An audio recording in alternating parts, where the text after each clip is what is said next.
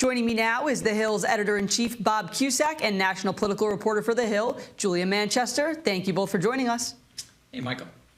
So, Bob, I want to start with you. Just right off the top, thoughts from the debate, more than 90 minutes, policy talk, personal jabs. What are your takeaways? Well, it wasn't boring, that's for sure. I thought it was a very good move for Harris to extend her hand and basically say, I'm Kamala Harris. First time since the Hillary-Trump debates. Exactly. So I thought that was a good move. In the beginning, you know, Harris was really not answering questions. But as the debate went on, Trump got more defensive, and Harris definitely laid some bait out, and Trump took it. This was not a good night for Donald Trump, because what did Harris do? She went after the crowd size thing and how people were leaving his rallies bored, which of course is absurd. She doesn't know that, but she's playing a Trump trick on Trump. And then she said that world leaders are laughing at you. That's a Trump line that he later said. I thought it was a very good move for Trump to do, for Harris to do that.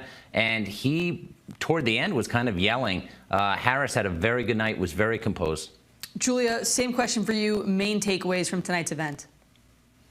Yeah, so I 100% agree with Bob, and it was, you know, I think such a good night for Kamala Harris that just now her campaign is calling on a second debate. I think the Harris campaign was able to achieve the goal they really set out to achieve, to really create that contrast, to make her seem presidential and to get under former President Trump's skin. We saw a number of, you know, these zingers from Harris against Trump. One notable one was that when she said that Donald Trump was fired by 81 million people, obviously referring to the 2020 presidential election. At points, he seemed, you know, physically irritated, visibly irritated. Sometimes he wouldn't even look at her. He seemed uncomfortable. He seemed somewhat, you know, out of place, that he had been shaken. So, you know, not a good night for Donald Trump. And he also did land, you know, some personal attacks against Harris. You know, for example, calling her a Marxist, saying that her father is a Marxist professor. All of these attacks, while they may play well with his conservative base, they may play well at those Trump rallies, I don't know really how much they're going to impact or play well with those moderate independent swing voters. I think Harris right now, you know, on the debate stage earlier this evening, really presented herself as someone who was put together, who was warm, and someone who was really making her case for the first time on a presidential debate stage. Yeah, Bob, I want to ask you something that was brought up beforehand. You know, will there be another debate? That's been the big question here. Folks are saying it's the first, but it may also be the only. I was talking to some members of Congress during the debate, and I heard from one House Republican really striking comments. This is a House Republican who supports former President Trump, said, I'm just sad. She knew exactly where to cut to get under his skin. Just overall disappointed that he isn't being more composed like the first debate. The road just got very narrow. This is not good. And I heard that from a few House Republicans. That being said, do you think former President Trump will want to get on the debate stage again with Kamala Harris? And on the other side of the coin, do you think the Harris campaign is going to push for more debates? I definitely think Trump is definitely going to call for more debates, not just one, especially after this disappointing performance. You know, at first I thought Harris shaking her head was not working, but toward the end, maybe it was, because Trump, as you mentioned, Michael, she got under his skin. She touched his buttons, and that's exactly what her game plan was, and she succeeded in doing it. Now, if you're the Harris camp, what do? Do you accept another debate after this big performance? I think it depends on polls. But honestly, there are a lot of other questions that could be asked of both candidates. I hope there's at least one more debate. And honestly, I think there probably will be. Julia, what's your take on that? Do you think there will be more debates? What are you hearing from the campaigns? What's the sense that you're getting? Well, yeah, so the Harris campaign just called for, you know, another debate. I mean, it's obviously been, you know, they feel that this has been a very good night for her. You know, she's been able to obviously successfully needle Donald Trump to get under his skin. You know, and I think she was able also, you know, just speaking from, you know, looking at her specifically as a candidate, you know, forget about Donald Trump for a second. She was able to lay out a number of these policy positions that she's been criticized for not being, not being detailed enough about. she talked about the economy. The first part of the debate was very economy heavy. She talked about foreign policy, for example.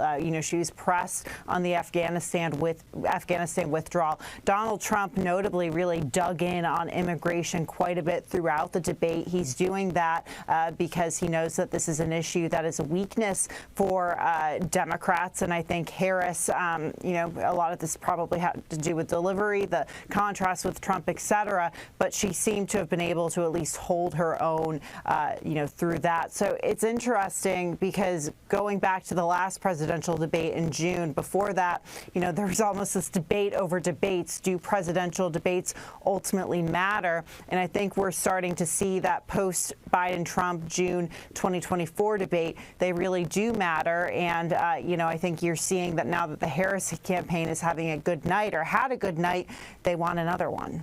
Yeah, and, it's all interesting. And it's funny because, folks typically say debates don't really matter in presidential elections. Well, that was sort of turned on its head after the June debate when President Biden stepped down after. This tonight seemed like it may be an effective one, so we'll have to see what comes. Bob, I want to head into some policy talk now. I thought that one of the more striking policy conversations was on the issue of abortion and women's reproductive rights. Former President Trump has come under fire for really not having a succinct message and stance on this. He had touted putting the justices on the bench who ended up overturning Roe v. Wade, and then he said he's going to talked about how he's going to vote in the Florida referendum, saying that he doesn't want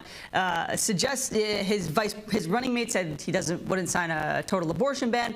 Trump sort of throwing Vance under the bus there during the debate, and then Harris really making the case to the American people. This has been an issue that she has been very good messenger on, the top messenger for the administration. I want to know what your takeaway on the abortion conversation was, and do you think that Trump tonight needed to sort of try to thread the needle on this issue? Do you think he did that? Now, listen, I think he was defensive on abortion, though that was predictable. At the same time, on some of these issues on Afghanistan, Harris fended herself, and that, I mean, that was a botched withdrawal and a tragic situation, but her answer was fairly good on that. But let's be clear, on fracking, she has been anything but clear, and on a number of issues, she said she was going to go through them. She did not go through them, but that's not the story of this debate. The story is whoever wins, it's a referendum on Trump or Harris, and after this debate, it's a referendum on Trump because of his defensiveness.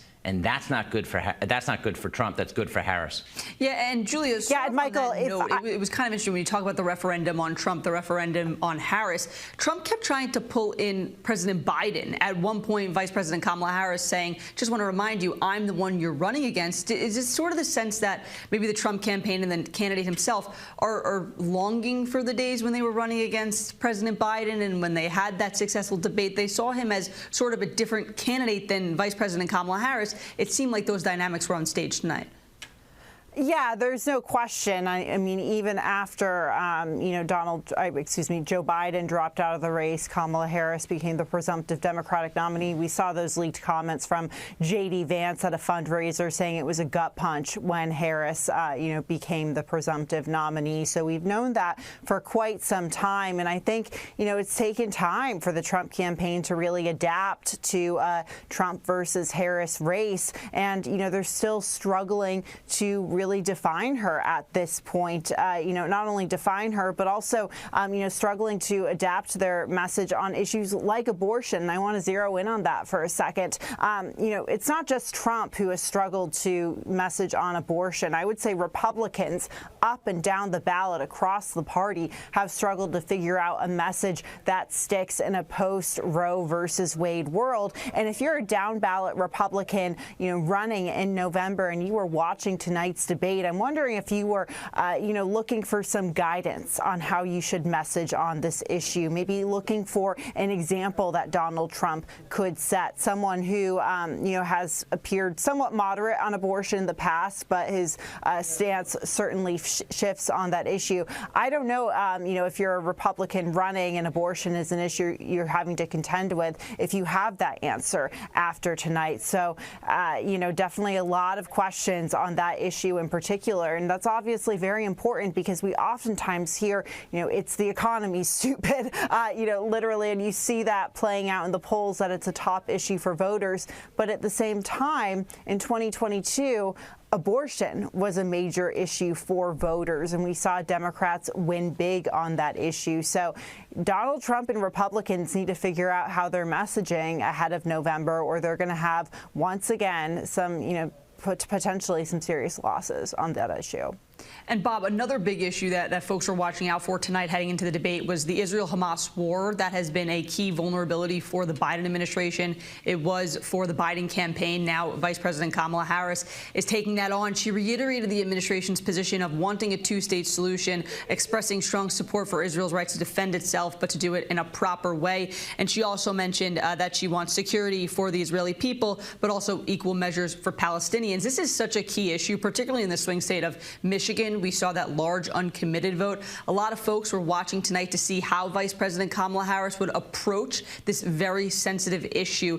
Your take, how did she do that? And did she do enough to, keep support among folks who are supportive of Israel? Because with the debate in the Democratic Party, staunchly pro-Israel Democrats, but there are also the pro-Palestinian liberals who are concerned about the mounting humanitarian deaths in the Gaza Strip. How did she walk that tightrope tonight? Well, she did what Biden has been trying to do. Biden has not been doing it successfully. If you look at Harvard-Harris polling, it's one of his worst issues because he's trying to play both sides, and she's definitely playing both sides.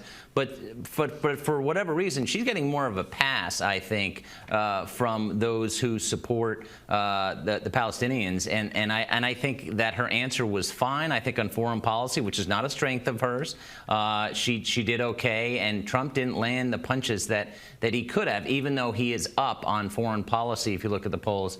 But overall, she just wants that to be kind of a draw, especially on foreign policy. And she's actually made up some ground on immigration. She's only single digits behind Trump now. That's a big deal. And then, Julia, another issue that I want to get you on quickly is the 2020 presidential election. The results of that were relitigated again tonight. Former President Trump saying that when he said President Biden won by a whisker, he said he was saying that sarcastically. There have been folks, Republicans, who have been saying it's time to move on. Former President Trump clearly not ready to do that yet. How do you think that's going to play in Republican circles? Yeah, so he's not ready to do that yet, clearly, like you said. But at the same time, look, it's a question that Republicans and Democrats are asking. If Donald Trump loses the 2024 presidential election, is he going to accept the results? And if he doesn't accept the results, what's going to happen? Are we going to have an event like January 6th? Are we going to have more of these legal challenges? Is there going to be another divide within the Republican Party on whether to accept those results or not? We just don't know. But it shows that Donald Trump's really, insistence on, in the past, casting quite a bit of doubt on those election results are continuing to haunt him. I think it's something that could turn off a lot of independent voters, swing voters that are watching if Democrats, continue to make this a big deal. It's interesting looking at all of the Republicans that have endorsed Kamala Harris, Dick Cheney, for example, Olivia Troy, Jeff Duncan, the former lieutenant governor of Georgia.